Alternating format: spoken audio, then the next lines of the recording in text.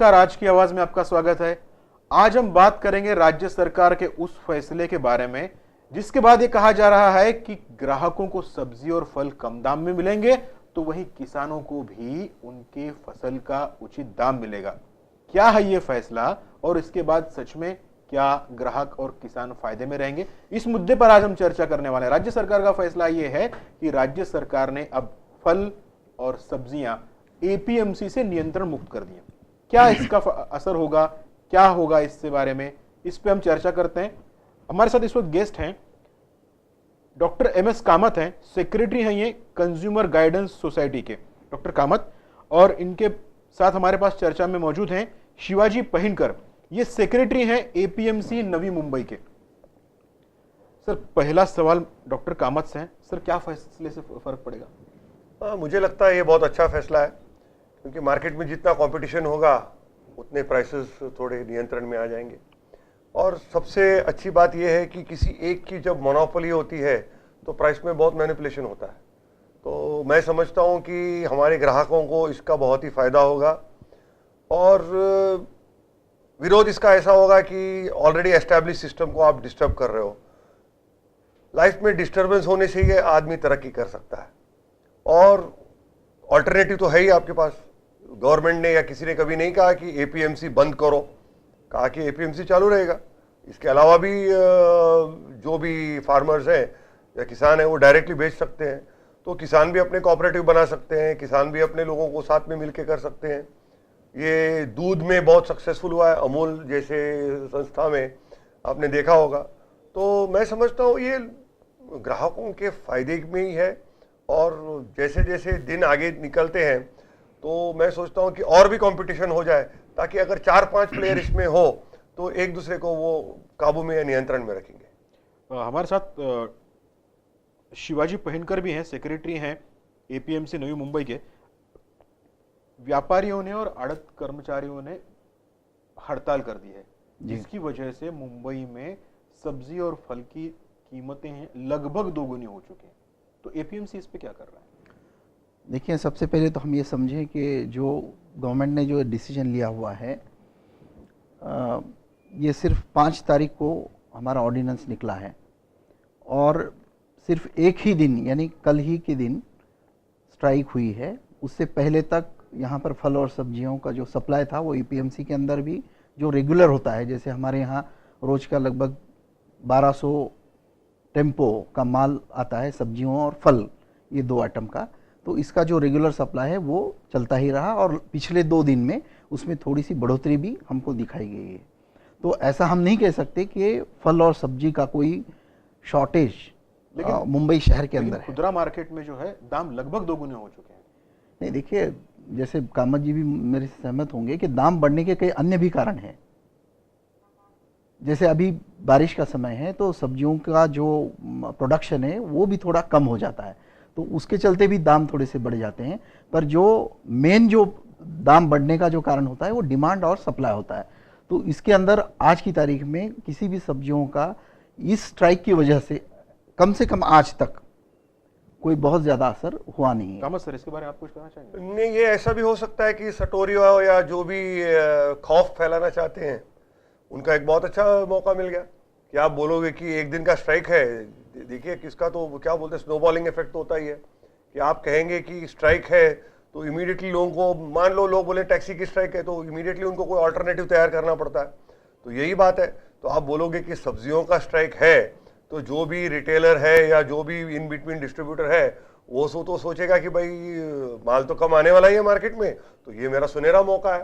तो अंग्रेजी में जो बोलते हैं strike when the iron is hot, तो मौके का फायदा उठा रहे। और इसमें तो इसमें कोई नई बात नहीं है, ये तो पिछले 50-100 साल से चल रहा है कि व्हेनेवर देयर इज शॉर्टेज या इवन थ्रेट ऑफ शॉर्टेज कि भाई कम होने का मौका है बोलेंगे तो इमीडिएटली तो इस पे काउंटर करने का कोई, आप कंज्यूमर सोसाइटी से जुड़े हुए हैं, इस पे काउंटर करने के लिए अब तक कुछ नहीं? काउंटर करने के लिए तो वैसे बहुत उपाय है। सबसे अच्छा यही होगा कि हमारे कंज्यूमर्स ही एकत्रित हो जाए, इकट्ठे हो जाए और ऐसे लोगों का बहिष्कार करें। लेकिन ये कहना बहुत आसान है, क्योंकि खास करके जो शहर में रहते हैं उनका तो डे टू डे परचेज होता है, कभी कभी ऑल्टरनेट डे परचेज होता है।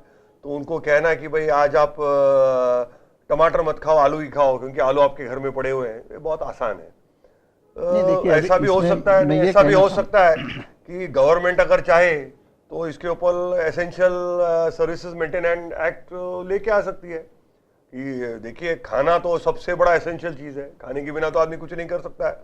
तो अगर ये हड़ताल कुछ दिन और चली और ऐसे मालूम पड़ा कि भाई आसमान छू रहे हैं आपकी कीमतें, तो मेरे जैसे आदमी तो सीधे गवर्नमेंट से यही मांग करेगा कि आप एसेंशियल सर्विसेज मेंटेनेंस एक्ट लागू कर दो और जितने भी हैं सबके ऊपर कानूनी कार्रवाई कर दो। कानूनी कार्रवाई भले सक्सेसफुल हो या नहीं, लेकिन आप हमको खौफ दिखा रहे हैं, हम भी आपको खौफ दिखाएंगे, उसका डर काम करेगा। बिल्कुल। देखिए, ये जो प्राइसेस बढ़ी हैं, जैसा आपने कहा, ये पिछले 1 या 2 दिन में नहीं बढ़ी है।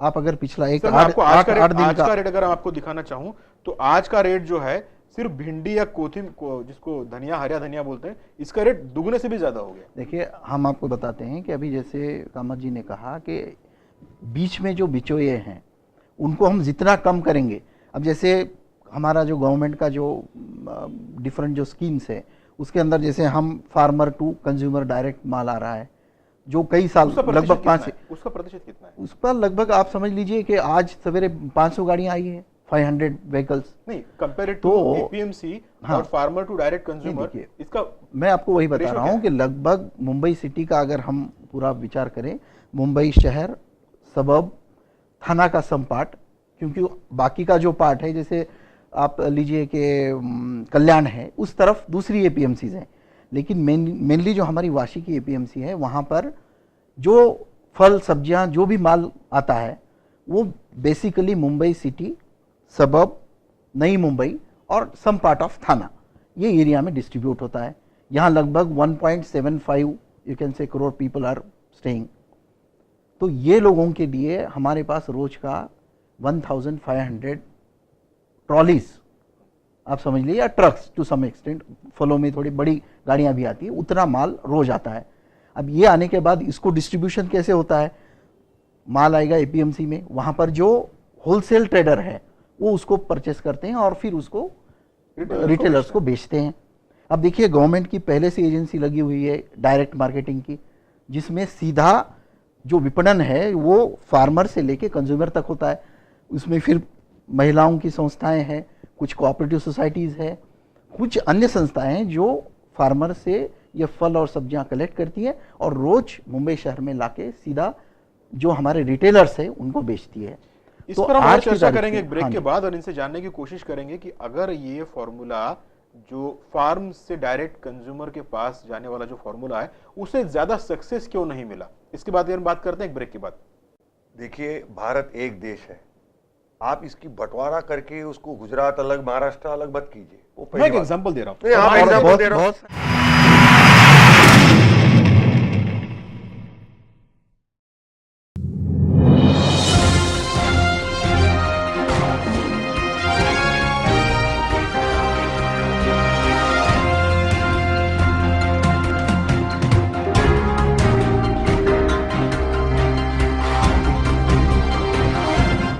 कहा जाता है कि 1200 ट्रक रोज आते हैं एपीएमसी में जो पूरी मुंबई के लिए फल और सब्जियां सप्लाई करते हैं, लेकिन आप जैसा कह रहे हैं कि डायरेक्ट जो कस्टमर्स को मिलना चाहिए उसका रेशियो को अगर देखा जाए तो बहुत कम है, क्योंकि अब तक एपीएमसी को ही बेचना चाहिए ऐसा कंपलसरी था। अब एपीएमसी को बेचने का कंपलसरी हटाने के बाद इतना कलह क्यों मचा रहे हैं ये व्यापारी? देखिए, इसमें ऐसा है कि हम ये पहले व्यवस्था समझ लें कि आज तक दोनों भी चलता था, यानी जैसे डायरेक्ट मार्केटिंग है उसके अंदर अगर कोई फार्मर का ग्रुप है, कोई महिला बचत गट है या कोई ऑर्गेनाइजेशन है या प्राइवेट कंपनीज भी है, कोई इंडिविजुअल भी है, वो अगर चाहे तो किसी फार्मर से, काश्तकार से सब्जियां, फल लेके यहाँ लाके रिटेल में बेच सकता था। यानी उसमें बेचने के लिए कहीं भी उसको निर्बंध नहीं था। निर्बंध किस चीज़ पे था कि मुंबई शहर के अंदर होलसेल ट्रेडिंग नहीं होगा, होलसेल ट्रेडिंग केवल एपीएमसी के मार्केट यार्ड के अंदर ही होता था। अब होलसेल ट्रेडिंग मुंबई में भी हो पाएगा सरकार के इस फैसले के बाद। बिल्कुल बिल्कुल। इसका फायदा किसको होगा सर? ऑब्वियसली कंज्यूमर्स को होगा। जहां कंपटीशन वहां तो रेट में फायदा होता है, तो पहली बात। दूसरी बात यह है कि फार्मर्स को आप कहते हो कि भाई हमारे देश के किसान 60% है, उनको और बढ़ावा होना चाहिए, उनको और कुछ पैसे मिलने चाहिए। अगर उनको आप 2, 3, 5 ऑप्शंस देंगे तो जरूर वो ऐसे ऑप्शन के पास जाएंगे जहां पर उनका फायदा है।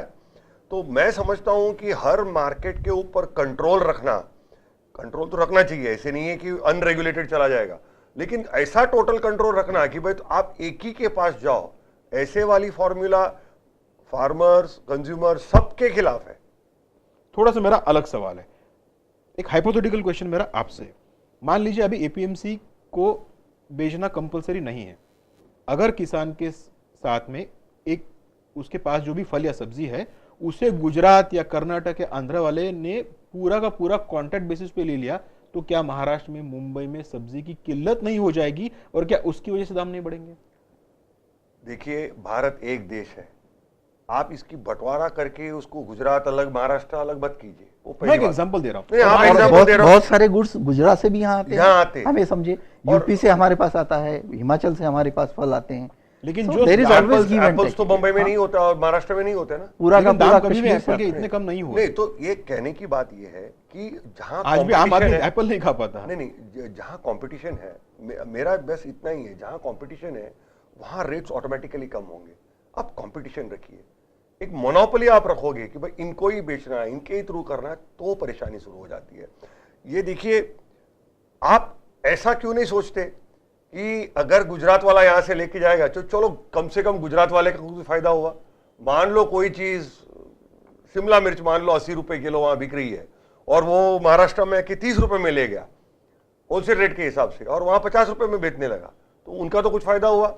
और हम जाके गुजरात से कुछ ककड़ी या करेला या कुछ लेके आएंगे, इसमें क्या बुराई है? देखो, पूरा देश एक समान है। एक मैं आपको एक उदाहरण बताता हूं, इससे पहले एपीएमसी से शक्कर, दाल, रवा, मैदा, ड्राई फ्रूट्स और तेल जो है नियंत्रण मुक्त किया गया, लेकिन उसके बाद भी दाम कम नहीं हुए बल्कि बढ़े हैं। नहीं, दाम क्यों बढ़े इसके लिए आप देखा कीजिए। ये ऐसा है कि फर्स्ट ऑफ ऑल इन्फ्लेशन के हिसाब से कॉस्ट बढ़ते जाता है। जो टैक्सी में पहले 18 या 20 रुपए में लेता, आज मैं 22 रुपया लेता हूं पहले ड्रॉप के लिए, वो पहली बात। दूसरी बात ये है कि लोगों की खाने की कैपेसिटी या कमा के खाने की कैपेसिटी ज्यादा बढ़ गई है। People are being more selective now. बच्चों को अच्छा खाना चाहिए, ये बड़े बड़े मुहिम चल रहे हैं टीवी के ऊपर, तो लोग अपने बच्चों को अच्छे अच्छे खाना लाके जाते हैं। फल सब्जियों के बारे में भारत में ऐसा कहा जाता था कि भाई फल सब्जियों के बारे में हम लोग इतना इंपॉर्टेंस नहीं देते, खास करके मिडिल क्लास और लोअर मिडिल क्लास। भी अवेयरनेस बढ़ी है, तो अवेयरनेस बढ़ने से लोग फल ज्यादा खाने लगे। और जैसे सर ने कहा कि भाई अगर डिमांड बढ़ गई तो थोड़ी प्राइस बढ़ेंगे। देखिए, ये इन सब चीजों को हम लोग इकोनॉमिकली लिंक करते समय ये देखना चाहिए कि सब फैक्टर को साथ में लेना चाहिए। सिर्फ खर्चे बढ़े ये ठीक है, लेकिन लोगों की आमदनी भी बढ़ी है उस हिसाब से। अब तो आप जानते ही हैं कि गवर्नमेंट ने खुद 23% सेंट्रल गवर्नमेंट के लोगों के पगार बढ़ाए। अभी इतने पैसे अगर आप देंगे तो महंगाई तो बढ़ेगी, बाइंग पावर बढ़ जाएगा। तो इतना मैं नहीं समझता हूं कि दाम बढ़ना और इकोनॉमी के साथ अगर एक चीज। मेरा सवाल ये है, जैसे एपीएमसी से अगर कंपल्शन हटा दिया जाए तो क्या सच में किसानों को और ग्राहकों को फायदा होगा? नहीं, मैं क्या बोल रहा हूं, सबको लेवल प्लेइंग फील्ड दे दीजिए आप। मार्केट फोर्सेस यही होगा, मार्केट फोर्सेस डिसाइड करेंगे। मान लो, एक बहुत दूरदृष्टि की बात कर रहा हूं मैं, मान लो कि आपने ओपन कर दिया और प्राइसेस बहुत बढ़ गए, तो फिर एपीएमसी है ही ना आपके पास, आप फिर एपीएमसी सिस्टम स्टार्ट तो कर सकते हो ना। ऐसे आप नहीं कर रहा है। नहीं, आप ऐसे नहीं बोलोगे कि एपीएमसी को बैन करो। एपीएमसी को भी खरीदने के अधिकार रखे हैं। नहीं, वो इसीलिए मैं कह रहा हूं, किसान के पास अधिकार रखा है कि अभी वो किसको बेचे। बिल्कुल, एग्जैक्टली। तो एपीएमसी अपनी जगह पर है, अगर किसान चाहे तो एपीएमसी में आके बेच सकता है, उसको दो चीज का प्रोटेक्शन मिलेगा। एक, वहां पर जो वेइंग होता है उसका प्रोटेक्शन रहेगा। अगर उसका पैसा नहीं मिलता है तो एपीएमसी की एजेंसी बैठी हुई है कि उसकी उनके जो बैंक गारंटी होती है व्यापारियों की, तो उससे हम पैसा उनको वसूल करा के देते हैं। तो फार्मर हैज ए चॉइस, वो अगर चाहे तो एपीएमसी जाए, वो अगर चाहे तो खुद लाके बेचे, वो अगर चाहे डायरेक्ट मार्केटिंग से बेचना है तो वैसा भी बेच सकता है। फिर एपीएमसी वाले क्यों स्ट्राइक कर रहे हैं? क्यों कह रहे हैं कि भाई एपीएमसी वाले व्यापारी कर रहे हैं, और कुछ आड़त वाले जो हैं जिनका ऐसा जो बिचौलिए हैं, इन शॉर्ट जो बिचौलियों का बिजनेस, कॉन्स्टिट्यूएंट्स वही तो एपीएमसी उनसे ही तो बनती है नहीं, ना। नहीं, नहीं, नहीं, एपीएमसी ऐसा बाय इटसेल्फ एक इससे संस्था है, नहीं, लेकिन संस्था के अंदर मेंबर्स है ना उनके। नहीं वो मेंबर member है, strike पे लेकिन जाएंगे। लेकिन वो जो एपीएमसी बिचौलिए स्ट्राइक कर रहे हैं, देखिए इनकी वजह से एपीएमसी व्यापारी फार्मर के strike लिए कर भी रहे हैं। बनी है, ऐसा नहीं है कि केवल ट्रेडर्स के लिए जब एपीएमसी जब एपीएमसी बनाई गई थी तो आइडियली ये सोचा गया था कि किसान और ग्राहक के बीच एक ऐसी व्यवस्था हो जाएगी। जो किसानों से माल खरीदे, उनको आसानी हो और बेचे, उसमें डिस्ट्रीब्यूशन उसका ठीक सबका उसका फायदा दाम होगा, मिले, सबका उसका फायदा उचित होगा। मूल्य अब मिले। ये हो गया है कि बिचौलिए, कई बार तो मैंने ऐसा देखा है कि बिचौलिया उस सामान को देखता भी नहीं, सिर्फ फोन पे बात करता है, हाँ कितना रेट, हाँ आगे इतना रेट, वो ट्रक आता है सीधा वहीं पे पहुंच जाता है। अब मैं आपको पिछले 2 साल पहले का किस्सा बताता हूं। एक दलाल के घर पे शादी थी और ठीक उसी लिए शादी का खर्चा निकालने के लिए प्याज के दाम बढ़ाए गए थे। क्या आप यकीन करेंगे, इसकी पूरी स्टोरी की थी मैंने, जैसे ही उसका पूरा खर्चा निकल गया, प्याज के दाम वापस जैसे के वैसे ही चीजों पे आ गए। ये तो बड़ा ये इस लेवल तक जाने के बाद सरकार ने फिर इनका अधिकार कम करने की सोची। क्या मैं गलत कह रहा हूं? नहीं, देखिए ऐसा जो आप कौन सा उदाहरण दिया आपने, ये तो मुझे पता असल नहीं का है, कौन उदाहरण है? पर एक मैं बता रहा हूँ कि जिस क्वांटिटी में, जितना लार्ज क्वांटिटी में लगता है, ये प्याज के साथ हुआ था। कोई सिंगल पर्सन या कोई नहीं, सिंगल वो पूरा ट्रेडर, सिंडिकेट है, वो पूरा सिंडिकेट है जिसकी वजह से प्रॉब्लम हो रहा है। नहीं ये ठीक है, अभी वो तो खैर दूसरी बात है, लेकिन जो फार्मर के लिए एपीएमसी का जो फोरम था, मैं I will come to that point, तो आज की तारीख में वो 2-3 ऑप्शंस उसको हो गए सर हैं। मैं आपको एक सीधा सवाल पूछता हाँ हूँ, जी। एक मुझे किसान बता दीजिए जो एपीएमसी की वजह से खुश है। नहीं, देखिए मैं आपको बताता हूँ एपीएमसी क्यों नहीं है। आप समझ लीजिए महाराष्ट्र के अंदर 300+ एपीएमसीज हैं। आप समझ लीजिए कि एक कोई काश्तकार है, उसके पास 1 ट्रक लोड कोई कमोडिटी है, जैसे कोई अनार है, कहाँ बेचेगा वो, आप बताएं। तो वो अनार एपीएमसी में आता है, यहाँ आने के बाद यहाँ पर एक्सपोर्टर भी बैठे हैं, तो लार्ज क्वांटिटी में जब कोई गुड्स आती है तो उसके लिए थोड़ा सा ये टाइप का जो हमारा जो आड़तिया है या व्यापारी है वो चाहिए होता है, और वो काम करता है इफेक्टिवली। लेकिन उसके बाद भी कई बार हम देखते हैं कि किसान अपने फल और सब्जियां दाम इतने कम हो जाते हैं कि रास्ते पे गिरा देते हैं। मैं आपको फिर कहता हूं कि दाम बढ़ने का जो सिलसिला है उसका पूरी तरह से प्रोडक्शन, डिमांड एंड सप्लाई। अब आप देखें दालों का जो ये चल रहा है इशू है, आप समझ लीजिए कि why that is the issue, because production of pulses in India has gone down. तो हम क्या करते हैं, फिर बर्मा से इंपोर्ट करते हैं, अफ्रीका से इंपोर्ट करते हैं, हम रशिया से इंपोर्ट करते हैं। तो ये आप ये समझ लीजिए कि this is basically a principle of demand and supply. फिर उसके अंदर हमारा कितना प्लानिंग है कि हम कौन सी सब्जी या उगाना चाहते हैं, इसका अगर माइक्रो प्लानिंग हो वो स्तर पे, और दूसरा रेट का अगर कम करने हो, तो जो फार्मर उगाएगा वो सारी कमोडिटी, अगर जैसे हम अभी डायरेक्ट मार्केटिंग में ला रहे हैं, तो अगर इनकी जैसी सोसाइटियाँ कोऑपरेटिव में काम करने वाली हो या कोई और संस्थाएं हो जो सामने आए, उसको खरीदे, उसको बेच दे। अब जैसे सवेरे हमारे यहाँ दूध आता है, पेपर बेचने वाले होते हैं, ऐसे अगर सोसाइटी टू सोसाइटी अगर कोई ऑर्गेनाइजेशन सामने आए, कोई एनजीओ सामने आए जो इसको लेके हाउस टू हाउस बेच दे, तो उसमें फिर जो दाम है वो कम हो सकते हैं। ब्रेक के बाद चर्चा करेंगे कि क्या एपीएमसी को पूरी तरह से निरस्त कर देना चाहिए। 6 साल हो गए, हाँ जी, अभी तक सरकार सोच रही है। नहीं, अभी अब भी तो हो गया, सरकार अब अपने निर्णय फैसले हो पे- गया है। अभी भी हाँ सर, आप कुछ बोल रहे हैं।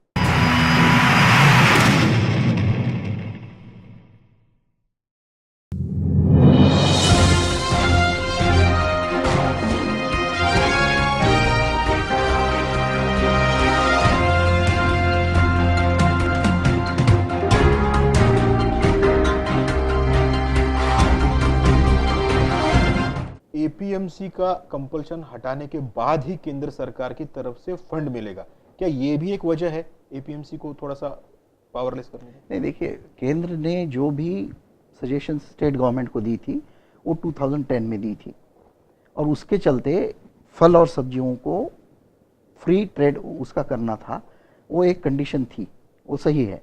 लेकिन उसके पीछे जो विचार है वो फार्मर की उन्नति का है। जो रेट जो है वो देखिए, फल और सब्जियां क्या है, पेरिशेबल गुड्स है, तो इसके लिए केवल केंद्र का वो कहना था, और उसके ऊपर महाराष्ट्र गवर्नमेंट ने वो 2010 से चल रहा था ये, तो अभी ऑर्डिनेंस निकल गया 6 साल हो गए। हाँ जी, अभी तक सरकार सोच रही है। नहीं, अभी अब भी तो हो सरकार गया, अब अपने निर्णय फैसले हो पे- गया है। अभी भी हाँ सर, आप कुछ बोल रहे हैं। नहीं, मैं बोल रहा हूं कि देखिए, अच्छे चीजों को होने के लिए इतना टाइम लगता है, लेकिन हमारे यहाँ बुरे चीजें होने के लिए ज्यादा टाइम नहीं लगता। देखो अभी उन्होंने कह दिया तो ये लोग स्ट्राइक पे चले गए।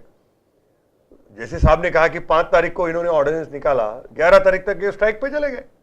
नहीं देखिए, देखो तो अच्छे चीजों को 6-6 साल लगता है। अभी ये भी सवाल जानने के लिए हमारे उपभोक्ता बड़े उत्सुक हैं कि 6 साल क्यों लगे। अगर ये आपके मन में विचार था कि इन चीजों को आपको सुधारना है, यहां पर कंपटीशन होगा तो किसी का भला होगा, भले किसान का होता होगा, कंज्यूमर का होता, किसी का तो भला हो रहा है, तो 6 साल क्यों लगे? इसका मतलब हाँ नहीं, वो प्रेशर्स है, वो लॉबीज है। आप जैसे बोल रहे हो बिचौलियों सटोरियों के सब वो उसमें मिली भगत है। और कहीं ना कहीं ये लोगों को, पॉलिटिशियंस को बोलो या ब्यूरोक्रेसी को बोलो, इन्फ्लुएंस करने की इनकी ताकत है। और ये ऐसे नहीं कि सिर्फ भारत में, अमेरिका में भी है जो लॉबीज इन्फ्लुएंस करते हैं कि भाई रास्ते बना के गाड़ियां ज्यादा बेचो। अमेरिका में वो लोग ट्रेन बनाने क्यों नहीं देते? क्योंकि कहते हैं कि भाई कार इंडस्ट्री को तकलीफ होगी। वहां भी बहुत पावरफुल लॉबीज है, ऑल ओवर वर्ल्ड लॉबीज है। लेकिन सवाल ये है कि जब लोगों का हित है, जब लोगों का फायदा होता है, क्या इन लॉबीज को इतना इंपॉर्टेंस देना चाहिए कि एक मूव आप 2010 में करते हो और उसकी इंप्लीमेंटेशन 2016 में करते हो आप, तो क्यों 6 साल लगे? ये भी एक सोचने वाली बात हो जाती है। तो क्या अभी लगता है कि इंप्लीमेंटेशन के लिए वो उतना नहीं? अभी क्या है कि वो हमेशा कहते हैं ना कि वो पहले बकरी जो स्टाइल के ऊपर जंप मारती है, उसके बाद सब लगा देते हैं जंप। तो एक पहला पत्थर फेंकने का किसी को एक हिम्मत होना चाहिए। और देखिए, ऐसा भी मैं नहीं मानता हूं कि हर चीज में सक्सेस हो जाएगा। अगर आप 100 प्रोजेक्ट करते हो, 10, 20, 25 प्रोजेक्ट फेल हो जाएंगे आपके, लेकिन कम से कम कोशिश तो करो। ये जो आज जैसे मैंने कहा मोनोपोली है, या इस प्रकार का एक प्रेशर बना हुआ है सबके ऊपर कि एपीएमसी एपीएमसी एपीएमसी, जो साहब ने कहा बिल्कुल सही है कि जो जिसकी बड़ी खेत है या जिसका बड़ा उत्पादन है, उसके पास और क्या चारा है एपीएमसी के अलावा? क्योंकि वो तो रिटेलर के पास डायरेक्ट जाने के लिए खेती करेगा क्या, माल बेचेगा, ये भी है। आप समझ लीजिए कि लार्ज क्वांटिटी में एक राजनीतिक मेरा सवाल ऐसा है कि राज्य में जितनी भी एपीएमसीज हैं उसमें एक खास पार्टी का दबदबा है, जो पार्टी पिछले 15 साल सत्ता में थी। अब वो पार्टी सत्ता से बेदखल है। क्या इसकी वजह से भी ये फैसला इस सरकार ने लिया हो सकता है? नहीं, मेरा कहना है कि जो भी लोगों के लिए फायदा हो, भले ये पार्टी हो या वो पार्टी हो, हम अगर चाहेंगे कि इन्होंने भी अगर तो कुछ किया, वो पार्टी आके कुछ अच्छा करे, अल्टीमेटली पब्लिक को बेनिफिट होना चाहिए। तो क्या इस 6 साल के जो टाइम लगा वो पिछली सरकार में जो पार्टी थी उसके प्रेशर की वजह से भी हो सकता है? देखिए, ये सब स्पेकुलेशन है, तो मैं नहीं समझता हूं कि स्पेकुलेशन नहीं सर, ये फिगर्स हैं।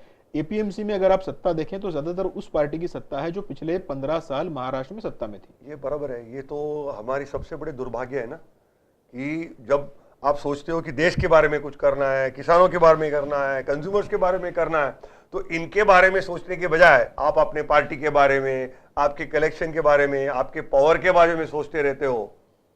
और अगर ऐसे करके आप देश को, आज इतने इंटेलिजेंट लोग हैं हमारे, हम सबसे कहते हैं India is the most intelligent country, और इतने इंटेलिजेंट लोगों को आपने एकदम बेहाल बना के रखा है।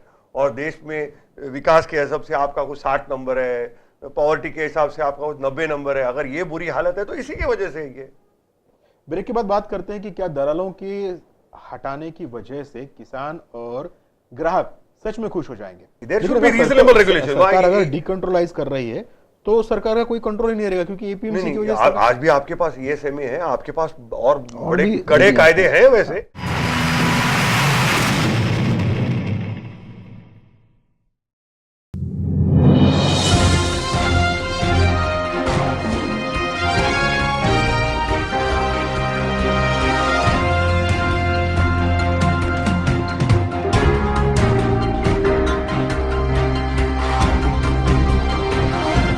ब्रेक के बाद स्वागत है। हम बात करेंगे एपीएमसी के सचिव शिवाजी जी से।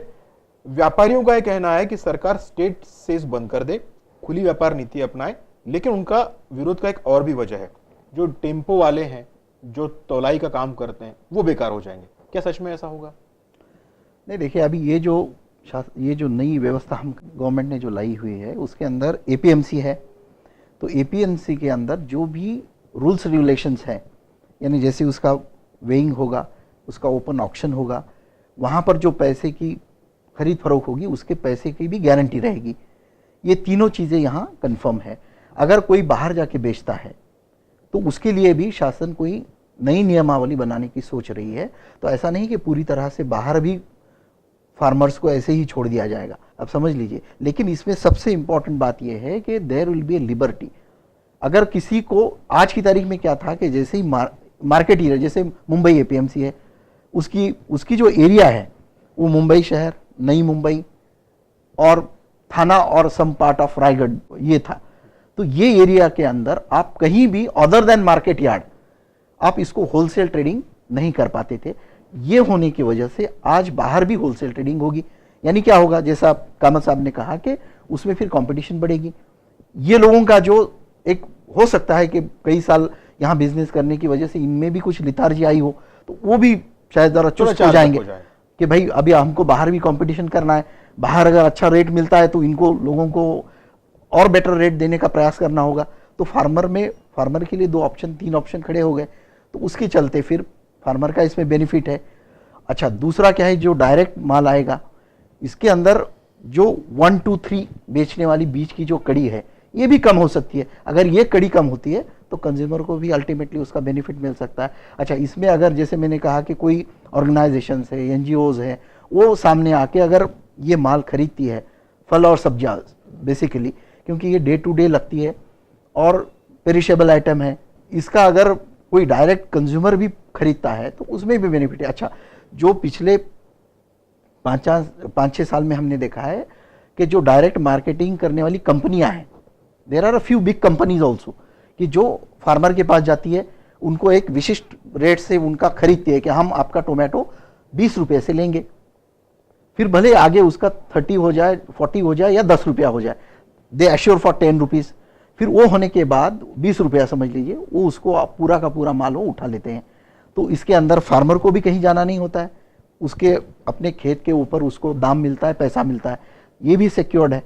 और उनकी जो रिक्वायरमेंट है, जी हाँ जी, कॉन्ट्रैक्ट नहीं, इसको डायरेक्ट यानी डायरेक्ट मार्केटिंग का लाइसेंस होता है। ये कॉन्ट्रैक्ट फार्मिंग में ऐसा होता है कि दोनों भी तरह से, कॉन्ट्रैक्ट फार्मिंग में पूरा का पूरा कोई किसी का अगर फार्म है तो उसके ऊपर जितना भी माल बनेगा वो भी लिया जाता है। There is a written contract between farmer and that company. Sir, एक सवाल मेरा ये है, जैसे उन्होंने बात कही कि एपीएमसी में अगर कोई किसान बेचता है तो उसको एक सिक्योरिटी है उसके पैसों की, उसके दाम की, उसकी जो उसकी वजन है उसकी।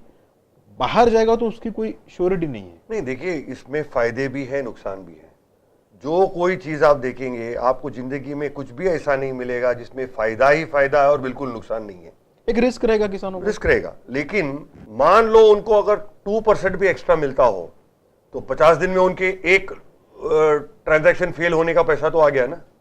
देखो, इन सब चीजें में हम लोगों को पॉजिटिवली सोचना पड़ेगा कि इवन 2% 5% उनको रेट में फर्क पड़ा, 100 की जगह में 105 मिले, तो 20 दिन के बाद 21st ट्रांजैक्शन फेल हो गया तो दे आर कवर्ड।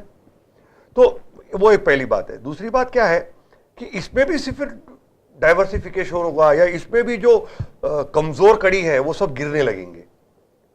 मान लो कि कोई एक अच्छा होलसेलर डायरेक्टली किसी से खरीद के डायरेक्टली मुंबई में लाता है, बाईपासिंग एपीएमसी टोटली, और उसकी सिस्टम इतनी अच्छी है तो आजू बाजू वाले फार्मर भी उसके साथ काम करने लगेंगे, तो मंजूर है, फेल हो सकता है। लेकिन ये कंट्रोल्ड इकोनॉमी जो आप करने जाते हैं, इस कंट्रोल्ड इकोनॉमी में कितने परेशानियां होती हैं, कितने तकलीफें होती हैं, ये भी आपको सोचना पड़ेगा। कब तक आप कंट्रोल करोगे, कितने कंट्रोल करोगे हमारे लोगों को? हमारे उपभोक्ता तो इसी के ऊपर परेशान है कि कंट्रोल करते करते, अभी दाल बोलो, बीच में प्याज बोलो, कितने भाव बढ़ गए। आपने कंट्रोल किया, कंट्रोल में आ गए वो, उसकी भी एक लिमिट होती है ना आखिर में। तो ये हम कहते हैं हमेशा कि भाई जो भी है, let there be fair competition. जितना भी कंपटीशन होता है वो आपस में रेगुलेशन के हिसाब से। ये ऐसा नहीं होना चाहिए कि आज का प्याज 15 रुपए किलो है और 20 दिन के बाद वो 200 रुपए किलो हो गया, चटोरियों की वजह से या बिचौलियों की वजह से, जो भी है। तो वो तो होना चाहिए, there should be reasonable regulation. सरकार अगर डिकंट्रोलाइज कर रही है तो सरकार का कोई कंट्रोल ही नहीं रहेगा, क्योंकि एपीएमसी की वजह से आज भी आपके पास ईएसएमए है, आपके पास और बड़े कड़े कायदे हैं वैसे, कि अनफेयर ट्रेड्स करने वालों को बहुत सारे तरीके हैं उनको लाइन में लाने के लिए। लेकिन सरकार की नीयत होनी चाहिए, सरकार की नीयत होनी चाहिए। और सबसे बड़ा कि हमारे लोगों को कॉम्पिटिटिव वर्ल्ड में आने के लिए, whether it is consumer, farmer, APMC और बिचौलिया, वो सब एक कॉम्पिटिटिव वर्ल्ड में आके प्राइसेस को कंट्रोल करना बहुत जरूरी है। तो कुल मिलाकर एपीएमसी से दाल, फल या सब्जी जो भी है नियंत्रण मुक्त करने से किसानों का और ग्राहकों का ही फायदा होगा। भले इसमें थोड़ी किसानों के लिए रिस्क की बात जरूर हो सकती है, लेकिन कुल मिलाकर यह फायदे का ही सौदा हो सकता है। आज के शो में मेरे साथ फिलहाल इतना ही। देखते रहिए आवाज इंडिया।